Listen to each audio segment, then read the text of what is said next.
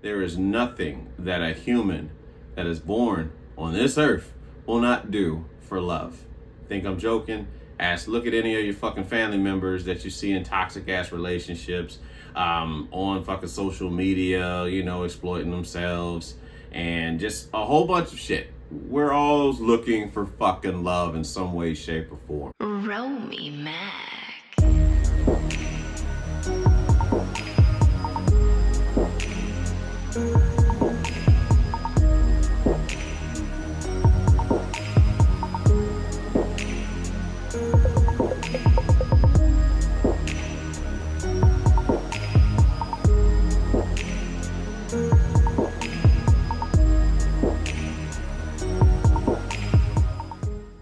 What's the difference between the person you felt you had to be before the awakening versus who you choose to be?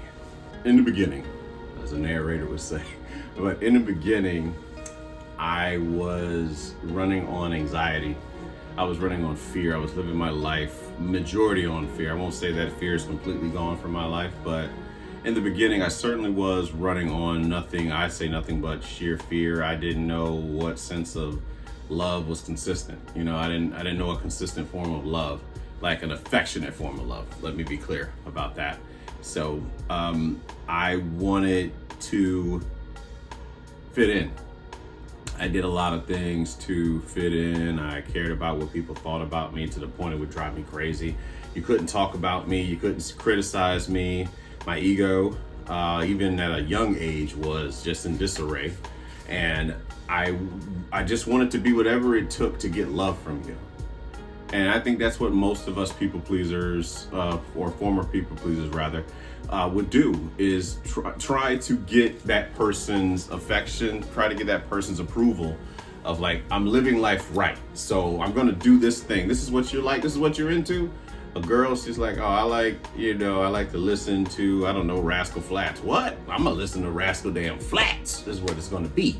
Or, like I said in the previous episode, if it's politics, you know what? I'm gonna learn what the fuck Obama is doing every day when he goes to work, or what happens in local government. I mean, it doesn't hurt to know that information, but the reason behind it was empty, very much empty, very self-serving, egoic, wanting to be validated by this person because they had more.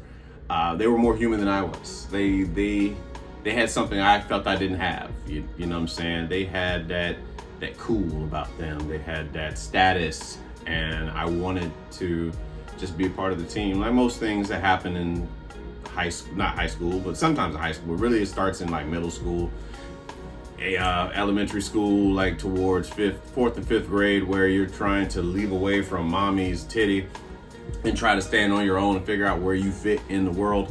And for me being at what I consider to be my lowest at the time in my life and going through a spiritual awakening, I was very much trying to appease everybody around me like a fucking chameleon. It didn't matter where I was. If I was home in Virginia, appeasing to the people in Virginia. If I was in the military, I was trying to appease to everybody in the military. The thing about the military is people from many different people. So I'm playing 7 roles at one point in time. And it wasn't malicious, even though I believe the beta male, the blue pill beta male does things maliciously, in my opinion. You're very passive, you're passive aggressive. You're not being upfront. You're doing sneaky shit, and I didn't care because I was trying to fit in. I didn't know what was what. I didn't have a sense of morals or anything that I stood by because I was just trying to fit in. It was survival mode, if I'm being honest with you. And so if I'm around guys from Atlanta, then I'm saying shout and shit, whatever the fuck was popular at the time that I would hear in hip hop, and then it was like people from New Orleans, and I used to always mock my buddy, one of my best friends, Pablo, about his accent. Then I get around people from New Orleans, and it's like, say, babe, you know what I'm saying? Like you add that little bit, just talking like you from the bayou and stuff, and it's like very inauthentic. And it was all to be praised, all to be recognized, all to be seen. ought to be heard, ought to be loved ultimately.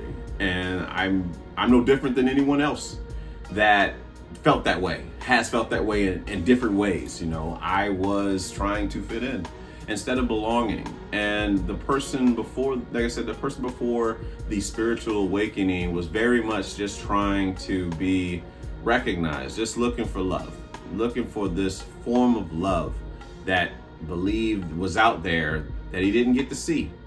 It wasn't an affectionate form of love, just wrapped up in nothing but love. It's really what it was all about. The strategy, everything behind it, whether it came out maliciously or not, was looking for fucking love, man. There is nothing that a human that is born on this earth will not do for love. Think I'm joking? Look at any of your fucking family members that you see in toxic ass relationships, on fucking social media, exploiting themselves, and just a whole bunch of shit. We're all looking for fucking love in some way, shape, or form.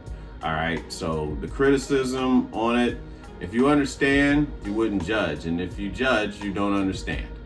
That is a quote that I like to repeat quite often, because it's quick for somebody to criticize you without trying to understand you. They're ready to label you off and write you off and all this other shit. But I mean, the people that understand, they attempt to learn why that person ended up that way. That person that I chose to be, I wanted to just want to be recognized. Just want to be seen, man. Fit in. Wasn't sure what was, who was down for me or what was down for me. None of that. I was in survival mode. I'm not gonna lie to you. I was in survival mode. I'm laughing at shit that ain't funny, and a whole bunch of shit. I'm trying to act like I know about this thing, and honestly, that's how I ended up knowing a lot about music. I was really just trying to get close to my dad. I was really trying to study whatever the fuck he listened to. I wanted to know what he listened to so that we could have a closer bond. And I got to have a love for music myself, but initially it was trying to people please. I was trying to know something. I was building a bridge so that we could connect. That was my attempt to do that. And same thing with movies, and same thing with comedy. Comedy was like, for us in our family, comedy was therapy. Comedy was something that eased the symptoms. Whatever we were going through, the stuff that I'm able to look at now and see that I was going through it. But because of comedy, watching a lot of comedy, watching stand-up, watching Def Comedy Jam, watching In Living Color, Martin, Living Single, all the black sitcoms that, I was raised upon, it allowed me to be desensitized to whatever was going on around me that may have been toxic, and help me get to where I was later on in life, where I was starting to project my insecurities, where I'm rejecting love, where I'm not sure if this love is for me, where I'm chasing a love that doesn't want me. All these things, I wasn't able to recognize any of that shit because I was too busy laughing off the pain. And that is something that I believe is very prominent in the black community, is how we tend to laugh off our pain. However, I still recommend therapy for a lot of us, and really all races, but specifically for us black folk, yeah, we can laugh about shit, laugh shit off, but we got to deal with the shit too. For real. We really need to deal with the things that's going on the inside. And especially us men, feeling like we don't have anywhere to turn to. Be sure to create a brotherhood. I'm gonna get back to the topic, but I just want to make that point known. To build a brotherhood so that you can have a place to vent without being looked at as less of a man, or whatever the case may be, depending on the woman that you're dealing with. So, back to the subject at hand. So the difference between me before the spiritual awakening and me essentially after the spiritual awakening is that I really did care about a lot of things I didn't have to care about. I wanted to know about the latest in celebrity gossip. I wanted to know what was going on in all my entertainers' lives. Like, that's important. I don't like you. I don't want to know about your life. You know, I just want to listen to your music. I want to see you score a touchdown. I want to see you shoot a basketball. I want to see you act. Whatever's going on in your personal life ain't got shit to do with me. Yes, that makes some fans feel closer to them, but I'd rather just separate the two, because who you are on screen might not be the person you are in real life. And it's none of my business. I don't need to know about, hell, I don't even need to know about the people that are in my life, their personal life. They want to share it, great, but I don't need to pry, is what I'm saying. Because if anybody tried to pry into our lives the way that some people follow celebrities and what they got going on, motherfuckers be mad as shit. So I had to unplug from the Matrix, number one, and be like, oh yeah, I don't know, Kanye likes yellow shoes. Well, I like yellow shoes. Gives a shit. You know, I'm not that important. Kanye ain't that damn important. Even if he does think he's that damn important. We know about Kanye over the years. I miss old Kanye though. I do. I miss College Dropout, mixtape, late registration, Kanye. Random, but yeah, I do miss that Kanye. But that person I was trying to be, it kept changing. The goalposts kept moving. And I just was trying to be wherever the goalpost was. And I was not solid. I wasn't. I hold myself accountable. I was not solid. I was trying to just be seen. I was trying to be seen, heard, and loved. And so after the spiritual awakening, I stopped giving a fuck about what people thought about me. I stopped giving a fuck what people thought about what I do in my personal life and in public life, with doing the show. It's something I decided to do. You know what I mean? If you don't like what I do with my show, unfollow the motherfucker. But this is for people who actually get this shit, that have gone through certain things that are not comfortable talking about. And I just so happen to speak about these things. I'm probably the most honest I can say that I've been is after the spiritual awakening, even if it cost me losing people, well, not losing people, but returning people back to God and the universe. But the time we've had is the time we had, and I'm grateful for it. All of you, whoever you are, that we've experienced life together, and now you have gone on to greater things on your journey. I love that for you. I wish you nothing but positive healing energy and nothing but success. But after, the spiritual awakening, it just felt good to just speak my mind. You know what I'm saying? And create a platform where I can speak my mind and be able to give others a voice and give others a platform to come and speak their mind and just talk about shit, whether it be the Michael Jackson movie with Ruck, what up Ruck, or if it's life in general, if it's dating, if it's sex, if it's motherhood, if it's fatherhood, whatever it is, creating the platform so where we can come together and have a healthy conversation about it, and then be able to feel that response from our audience and talk about it even more, and maybe say something to spark the brain that they may look at life a little bit differently than before we started talking about it. So the courage, the courage now to dress how I want to dress. You know what I'm saying? There's no way to put me in a box. You might see me in a jersey on this thing. You might see me dressed like Great Gatsby. You might see me dressed like Hollywood Hogan or fucking the Incredible Hulk. I literally do not give a fuck. You know what I'm saying? This is what I choose to do. And it's freeing. It's very free. And to know that I do everything in my power to not criticize anybody else, to not judge, to not project me onto anybody else. Outside of you watching this program, if you decided to watch this, yes, you will be influenced by what the fuck I'm talking about. I may say something that irritates something you believe in. You know what I mean? And that's up to you though. It's up to you. If you firmly believe in what you believe in, then that's what you believe in, and keep believing and leave, and don't worry about what the fuck I say, because I'm not that important. You know what I mean? I'm very small from space, just like everybody else. But the spiritual awakening is just so free, man, and being so in tune with God and the universe, the energy when you're around people and we're like, oh, okay, I'm not gonna go around them. I don't believe I'm gonna go around them anymore. It just doesn't feel well. I've outgrown this. I no longer feel like this serves me. So it's time for me to move on, and don't feel bad about that. When something no longer serves you, you've had your run with it. All the world's a stage, and all the men and women are merely players and actors on the stage.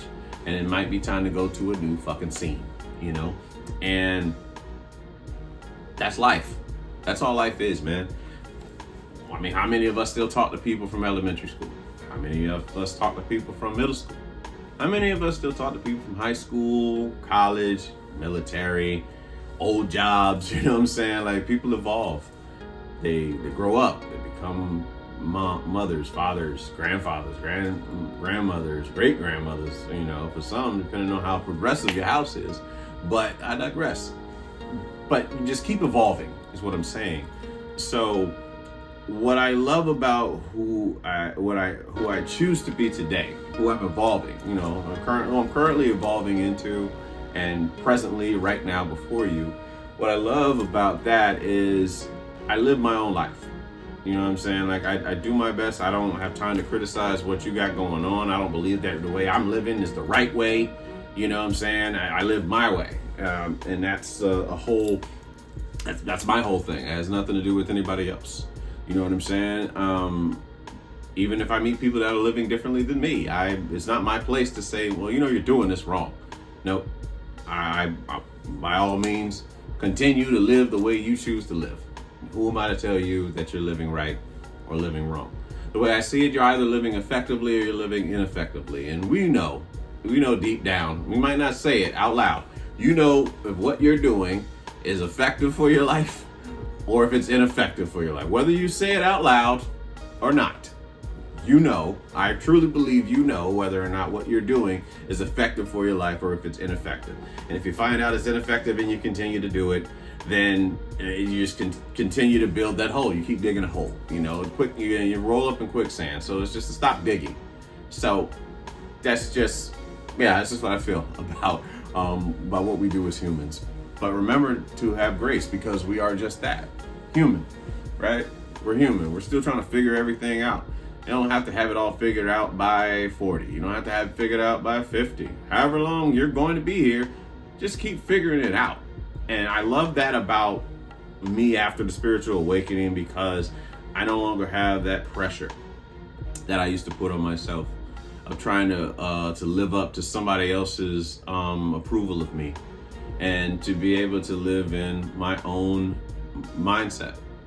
And again, as long as I'm not doing anything to hurt anyone physically, you know what I mean? I'm gonna continue to do what I do. And some might like it, some might not. But that's the beauty of life, man. You cannot like it. You can like it. That's why I love life. But I mean, essentially, those are the significant differences between me, the people pleaser who I was before my spiritual awakening versus afterwards, when I started to just live for myself.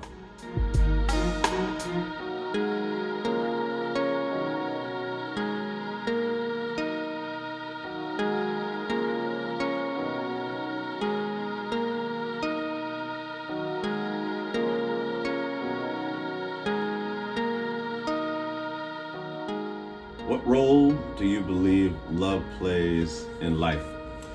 So, I believe love is the gift and the curse for us. And let me explain why. It's a curse if indeed you lose yourself trying to obtain it. Like, a lot of us have lost ourselves getting into relationships with people that we felt like wouldn't accept us as we are, so we walked on eggshells. We tried to be what they needed us to be just so they could give us love, as if we were without it already. And I say again, to Don Miguel Ruiz's book, The Mastery of Love, about the kitchen, about your kitchen is full. And if somebody comes to the door with a pizza and says, I'll give you this pizza if you do this for me, You know what I'm saying? If you believe that your kitchen is empty, you're going to take whatever that is. And that's what us people pleasers and people who felt like they weren't loved, whatever, you know what I'm saying? That's what they did. They took the pizza believing that their kitchen was empty. However, for some of us, from others, us humans who know that their kitchen was full, they didn't take the first thing that came at them. They didn't take the first deal that came to the door.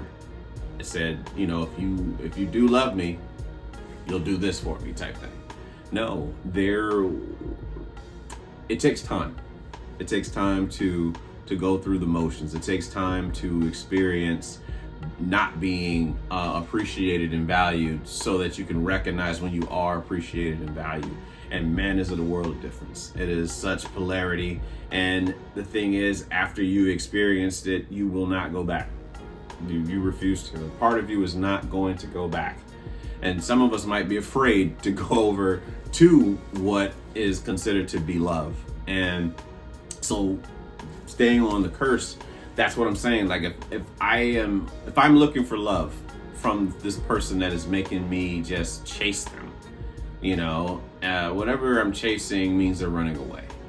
And so I look at love as more of it's a curse in this aspect. Well, I'm gonna get to the gift, but in this aspect, yes, that curse of like being a tool in which we just try to do whatever to obtain it. We'll lose ourselves to get love. We will, we will act like we're into things that we're not. We will dress a certain way. We will, pretend to like basketball, to hang with these guys. We will pretend to like hockey or know something about tennis or whatever subject matter to fit in and not belong. So I look at love as a curse. If indeed if we use it that way, if we're trying to be something that we don't necessarily believe in, then that is now that love has become a curse. Now we're going against our own self, our own mind. I mean, it really doesn't matter about what anybody else, but when you go against your own mind and what you truly feel on things, then now you're losing yourself each day. And you won't even, before you know it, you don't even recognize who you are. And it's tough. It's a tough thing to absorb. It's a tough thing to live life when you don't even recognize the person you see in the mirror. And you did all that for love, but in an ineffective way. Again, it goes down to what's effective. In my mind, is how I see it. It goes down to what's effective and what's ineffective. And some of us are not able to see it at first because we're just so caught up in chasing and people pleasing and trying to fit in. But it was ineffective for us to lose ourselves to do something that we really didn't want to do. I remember the love I was chasing from my from my fellow teenagers in middle school and high school about music that I wouldn't have listened to on my own, but I wanted to learn it so that I could hang around the cool kids or whatever, you know what I'm saying? Know about this NBA player, know about this NFL player. Couldn't tell you shit about it. My focus was into other things. I left a part of me a long time ago, when it was just, my life was mainly Michael Jackson, New Edition, The Boys, Ninja Turtles, and wrestling. That was all my life was. My parents can vouch for that. I'm as loud as I used to be in my room. But when you get to a certain age, you start chasing love, what you perceive to be loved, that is, and then you end up losing a part of you every day. And I know us parents can see it, and our parents can see it, and it's like, you watch your kid, you've seen this kid from whatever age, and then as they get older, you start to see them leave a part of themselves, and then they start to become what is out there in the in crowd or whatever thing they're trying to fit into. And it's like, but you do like Power Rangers or whatever, you know what I'm saying, the thing that you're into, and that's okay. Like, it's all right to like something. You don't have to like this to hang with me. You can like whatever it is that you're into, and you can teach me how to love you. You don't have to play a role outside of being feminine. I would say that. Play that fucking role. That role you will play, goddammit. But I digress. But in all seriousness though, you don't have to pretend to like some shit because I like that shit. And I was doing that a lot. You know what I'm saying? I think about that. I think about throughout my life I was doing that. But it feels good to be like, you know, somebody mentioned, oh, you ever seen that movie? No, I haven't, actually. I have not seen that. I'm honest with them. So, but to close out the curse part of what I believe, what I'm talking about with love, is that, you know, where we're chasing something and that's ineffective for us, and then we end up losing ourselves. Now, let's get to the gift of love. Now, the beauty of love, man, is just so healing. Oh man, it's so healing. When you feel a sense of love and understand that love is constantly evolving, man. And that's okay. And it teaches you to appreciate it, because the love that you have today may not be here tomorrow. So it's like learning to just appreciate it in that present moment. That's how powerful, to me, that's how powerful love is. When you can feel that moment. Like there was a time where you had that senior trip, or you did something as a senior, and it was that moment, and you will never be able to relive that moment again. You know, there was a love that was there amongst you and your friends or enemies, whatever it was, but there was a time frame, and it's just that feeling. Like I felt this certain type of love going back to the reunion. You know what I'm saying, with me and my classmates. You know, I'm class of 2003, so when we went to the reunion in 2023, man, it didn't matter what any of us did for a living, whether we are the CEO of Pepsi or whether we was the janitor at Nansman. It did not matter. We were all there, and it was this love, man. I'm telling you, we were all taking like the pictures and shit, and the little turnaround shit, you know, panoramic thing, and just sitting there with some of our old teachers that really, like, we had a love for them. You know, Miss Hatfield, she got married, so her name changed, but I just know her as Miss Hatfield. I mean, I never had her, but my best friend, you know, T-Dot, she did, so I would see her like when we would go by there after school or when she was in class. But there was this love, man. Like, it's an indescribable feeling for a teacher to see kids that she helped or he helped, like, go into the world, and they come back with a story to tell. You know what I'm saying? Like that love. I know that those that are teachers, those of us obviously who went to school, you know that feeling, man, when you see that teacher that really had an influence on you. There is a love, man, that it's indescribable. Like I said, I tip my hat to all educators, all teachers, and all that stuff too, because we spent the most time with them. You know what I mean? Like most of the time, throughout from kindergarten on, or some of us pre-K, from pre-K till 12th grade, we spent most of our time with our teachers. So to come back after spending all that time together, it's that love, man. There's a feeling that you get, and that's what I'm saying. Like, it's so healing. And to be able to speak in loving words too is another thing that is very healing. A lot of us, we kind of grew up in pain, you know what I mean? But to learn how to speak in loving words, to listen compassionately, you know what I'm saying? Thich Nhat Hanh, God rest his soul, he put his teachings in a book. It's a book called How to Fight. You can get that on Amazon. It's almost like a flip book, but he talks about like compassionate listening, like speaking in loving words, and knowing what that gives off, man, when you talk to people and you just encourage them. And also in, the 4 agreements, you never use the word against you. You know what I mean? So like you don't speak ill about yourself. You don't think ill about yourself, because we become what we think about. And it's such a freeing feeling to know how powerful that love is. That's why in this aspect, love is a gift, and love is very free. It cannot be owned. There is no owning in love. It is very free. It moves like the river. And being able to like say that you love somebody, you have to, you don't have to, but when you love somebody, it's accepting them for exactly who they are, and you don't necessarily try to change them. And that's tough because a lot of us say we love them. Man, I loved you if you did this though.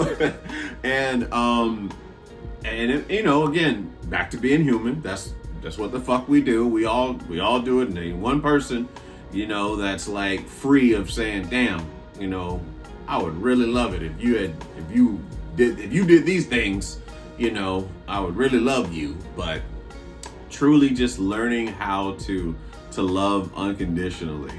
And loving unconditionally, oh man, it is challenging. It is very, very challenging. But the gift of love is so powerful.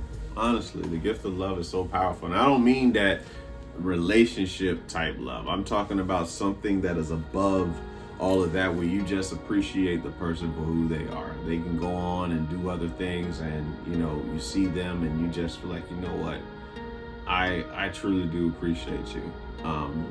The part you played in my life for whatever particular time that was, and accepting that, and just seeing love for what it is. And it's scary too. It's scary for some of us, you know what I'm saying, because we've been had. All of us, I'll say all of us.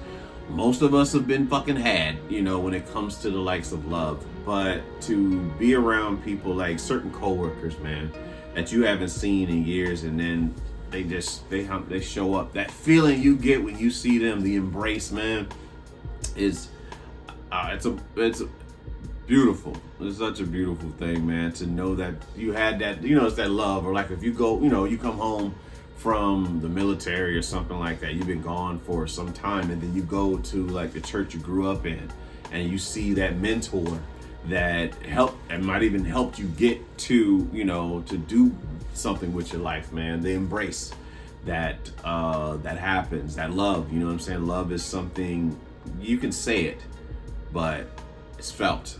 And that's the gift of love to me, to pass that on. Love, knowing that love is unconditional. You just love like a mother's love, a healthy mother's love. We'll say that like a healthy parent's love for their child, man, regardless of what they do.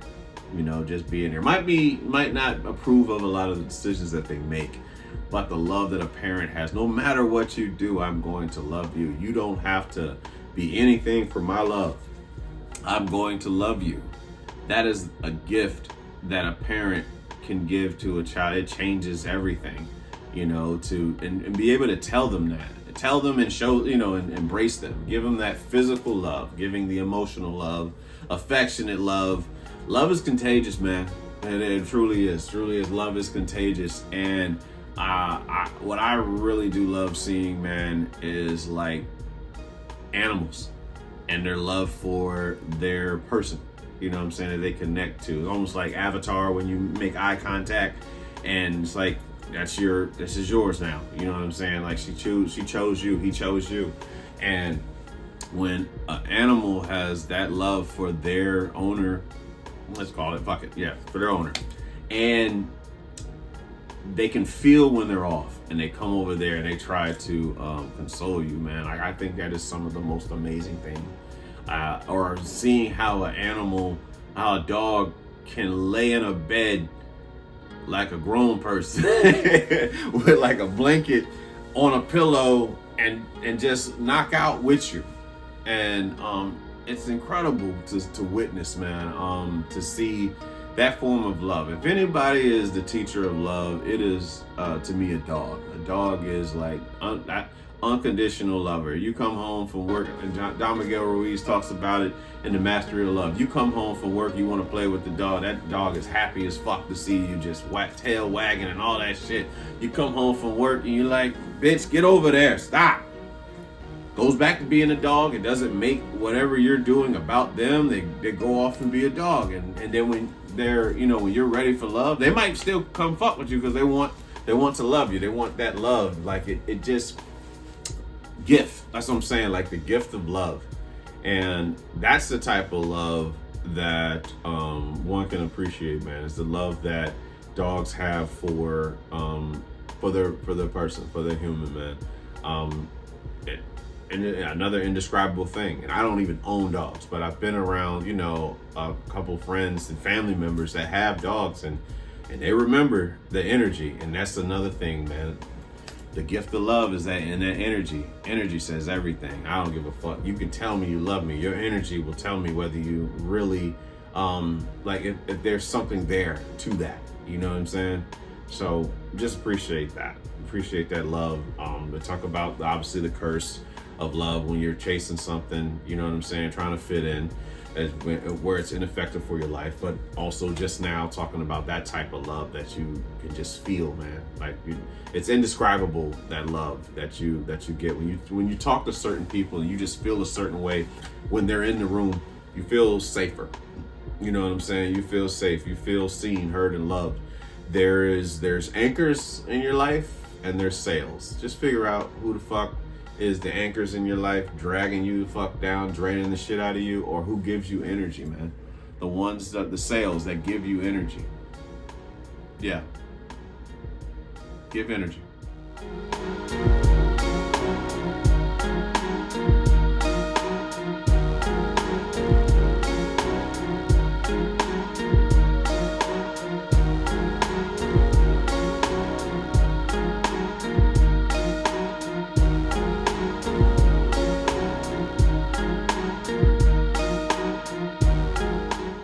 What was the first thing you did when your family got the internet? So let's go back to the 1900s, as Charlemagne likes to call it.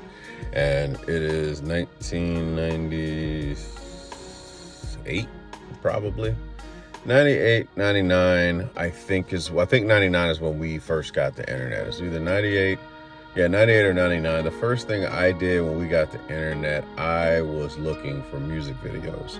So there was this website.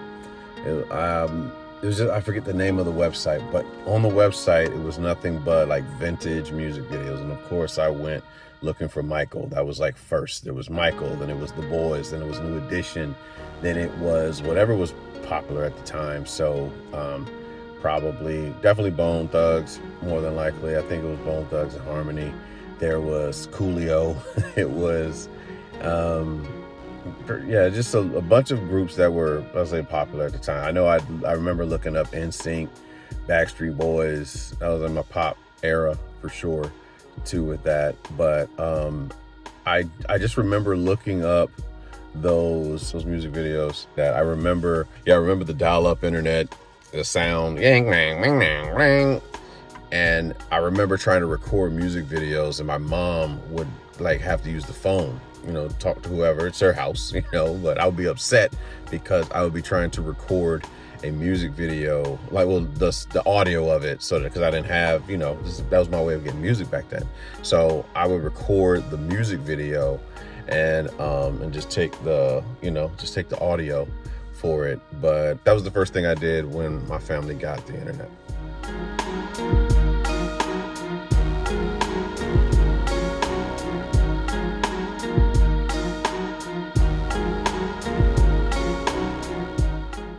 What insecurities did you have when you were in school growing up? Well, in elementary school, I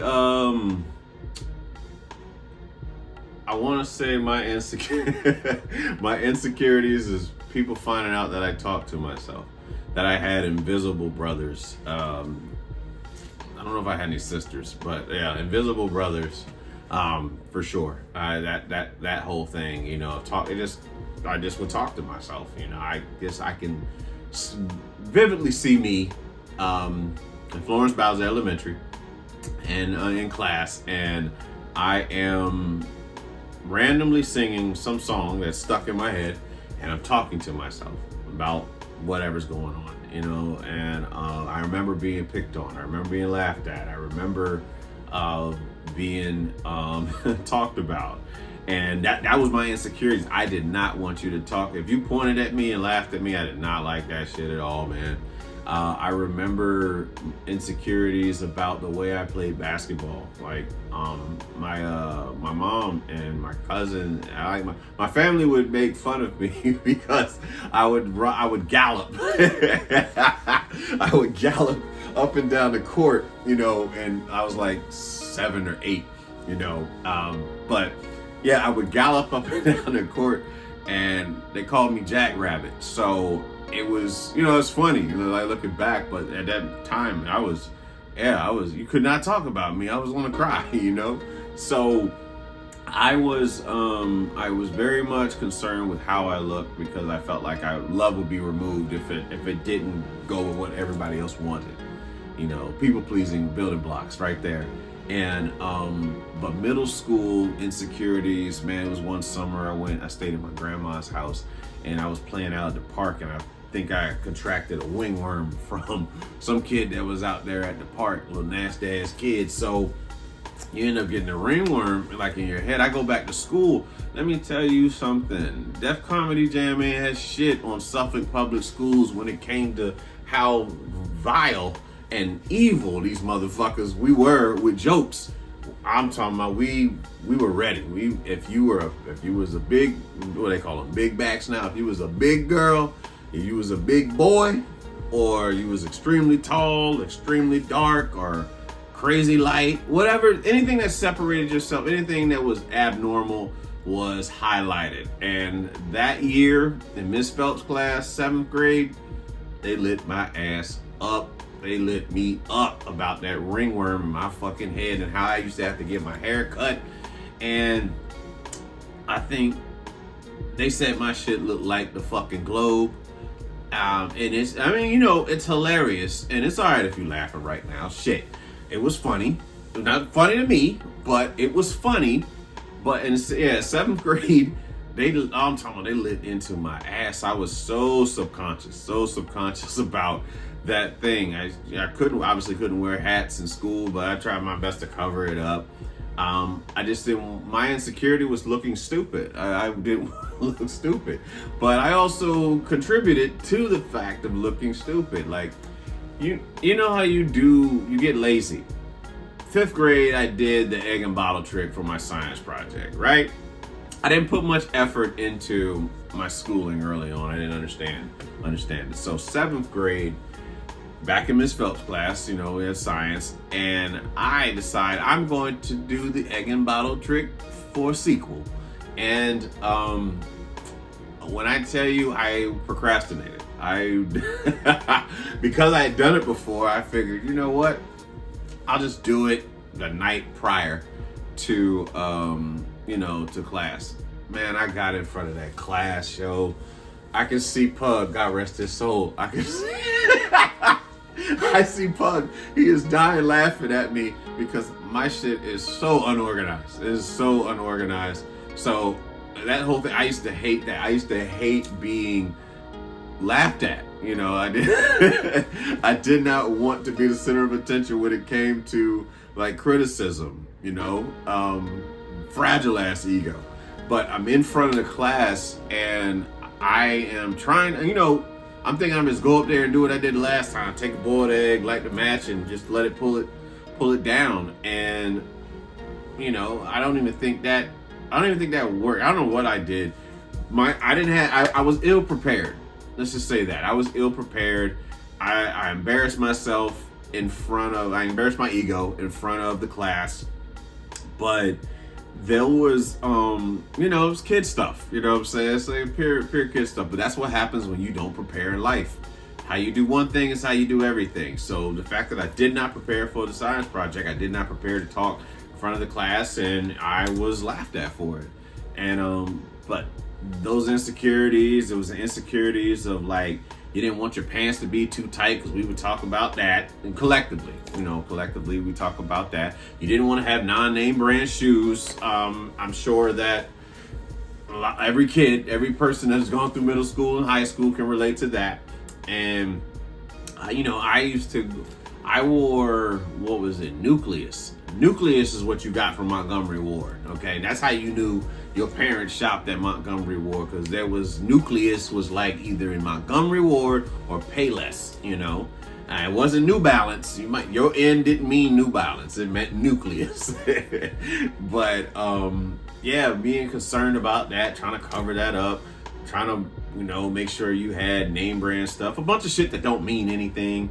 But them insecurities of just wanting to feel accepted, wanting to fit in. I mean, I believe some of us can relate to that. And it was, like I said, it's funny looking back. It's funny looking back at it. The insecurities in high school was like, man, my girl, she's like messing with another guy in a class and shit. And it's like people coming up telling you like, yo, hey man, your girl was doing this. And it's like, just being that plugged in beta male early on, blue pilled, and just saying, well, okay. Don't get me wrong, I was doing my own dirt too, but just to have that, just have somebody come up and tell you like, oh man, this guy was doing this with your girl in class and all this other shit, and you hearing about these rumors, but ain't nothing being told. You're not really focusing on it, and then it was just like worrying about looking stupid. Which I think affected I think that really did affect my mental when it came to love later on. It's blind loyalty though. As Mark Manson talks about in The Subtle Art of Not Giving a Fuck, how he would, you're expecting this woman to be loyal to you, and then look what you're doing, type shit. So blind loyalty was going on, in high school. But that insecurity of not looking stupid, not, trying to be a fool for this girl, or wanting to put yourself all the way out there, and then she's still just, doing you dirty. But little kid insecurities, you know what I'm saying? Just little stuff like that. And then the insecurity that very prominent senior year, it being ill prepared again. A lot of your friends are putting in their letters, letters of intent to go to school, and you haven't figured it out. And to have, I remember, man, I remember like yesterday. I remember Miss Williams, Miss Payton, I forget our other guidance counselor, but I remember them vividly saying to me that have your plan in place by December, because the second half of senior year goes by like that. And sure enough, that's exactly what happened. April comes around, I have no plan. I am literally, now I'm freaking the fuck out. I have no idea what I'm supposed to do with my life after high school. So, an insecurity of looking stupid, an insecurity of looking like you don't know what you're doing, that you're a procrastinator, you're not serious about your life, you have no idea what you're doing. It was a lot of things. What I can say now was anxiety. But thank God, man. I mean, let me tell you, man. And this weekend is Mother's Day. I definitely want to take this time to thank my mother for having the sense enough to usher me into the Air Force and save my life. That is my lifesaver. So I will forever be indebted to my mother for that. What she did. I bullshit you not. That is something. No matter what goes down, I'm grateful to my mother, Cheryl Boogie, Miss Cheryl, Aunt Red, whatever term that she's been referred to throughout her life. I am forever grateful to my mother for putting me in that position for success. Forever grateful. There's not enough words to express that to her. That is the gift. My mother is the gift. You know what I mean? To my life for that. By giving me life, number one. Her and my daddy getting it on. And but yes, the gift, that's the gift I get right there. I'm grateful, forever grateful for that. But I would then, still have insecurities, but I would then go on, whether I knew it or not, and get something that would help me out. So I'll end it on that. So thank you guys for coming on this ride with me this episode. I had a lot of fun sharing a lot of these emotions, thinking about a lot of people, especially talking about love too. You know what I'm saying? Like both aspects, at least of what I gave of it. But be sure to like, comment, subscribe for this show. Tell your friends about it.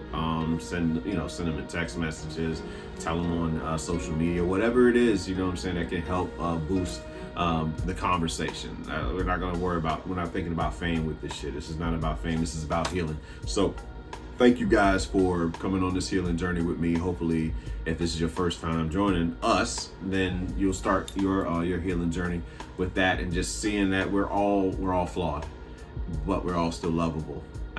So again, thank you for watching this show. I am Romy Mac, and I'm out. Good night, kids. Happy Mother's Day.